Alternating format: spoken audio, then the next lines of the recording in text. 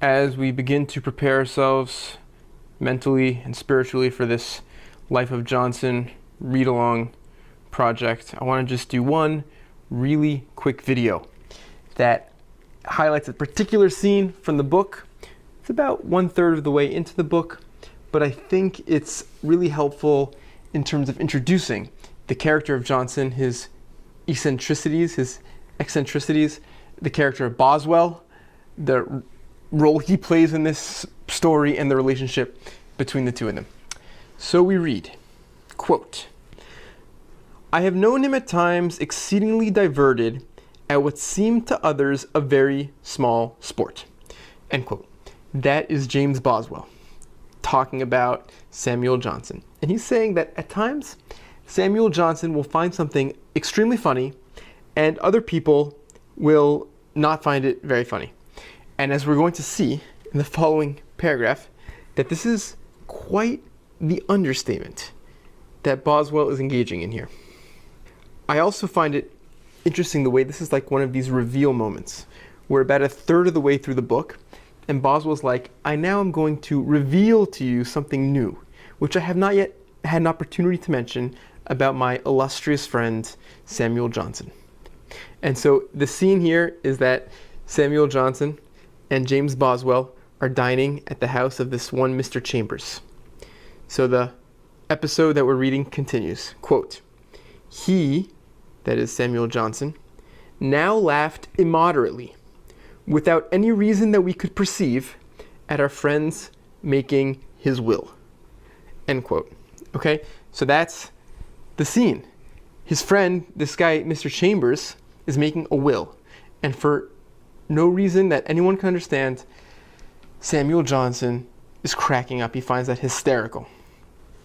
And before I continue, as I read this next paragraph, I want to just point out James Boswell's storytelling abilities, how he's able to apparently take notes on the scene and sort of put us in the scene and give us excerpts. He's able to show and not just tell us that this was like an outrageous scene.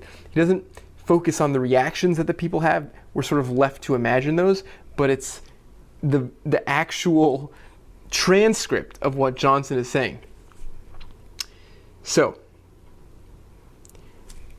Johnson called him the testator. This is a real word, apparently, for describing someone making a will, and added, "I dare say he thinks he has done a mighty thing. He won't stay till he gets home to a seat in the country to produce this wonderful deed.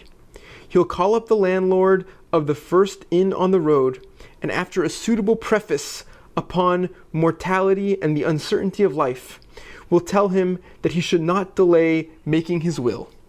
And here, sir, will he say, is my will, which I have just made, with the assistance of one of the ablest lawyers in the kingdom, and he will read it to him." Parentheses, laughing all the time. "He believes he has made his will, but he did not make it. You, Chambers, made it for him.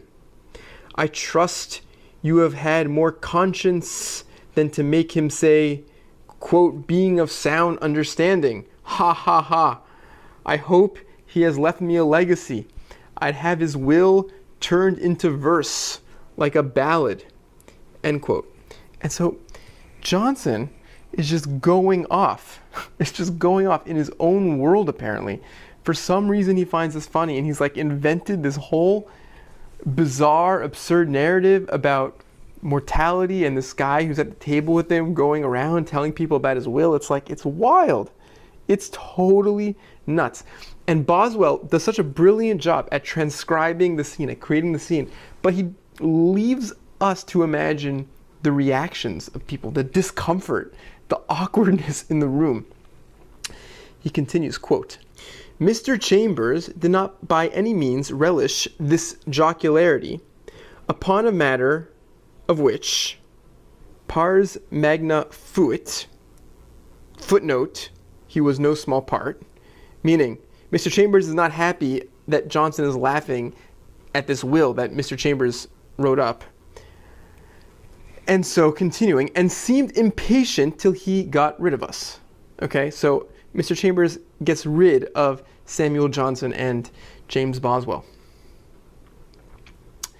But the story continues. We're not done yet. Johnson could not stop his merriment, but continued it all the way till we got without the temple gate. He then burst into such a fit of laughter that he appeared to be almost in a convulsion, and in order to support himself, laid hold of one of the posts at the side of the foot pavement, and sent forth peals so loud that in the silence of the night his voice seemed to resound from Temple Bar to Fleet Ditch. End quote. And so there you go. It's like a kind of lunacy in a way. And part of me is sympathetic. Like, I've also had outbursts of uncontrollable laughter at things that were not funny to anyone else but me. So I understand. But that's it. It's a memorable scene. Have you ever found something inexplicably hilarious such that you couldn't stop laughing, even in inappropriate situations? If so, I'd love to hear about it in the comments. And that's it. Thank you for watching.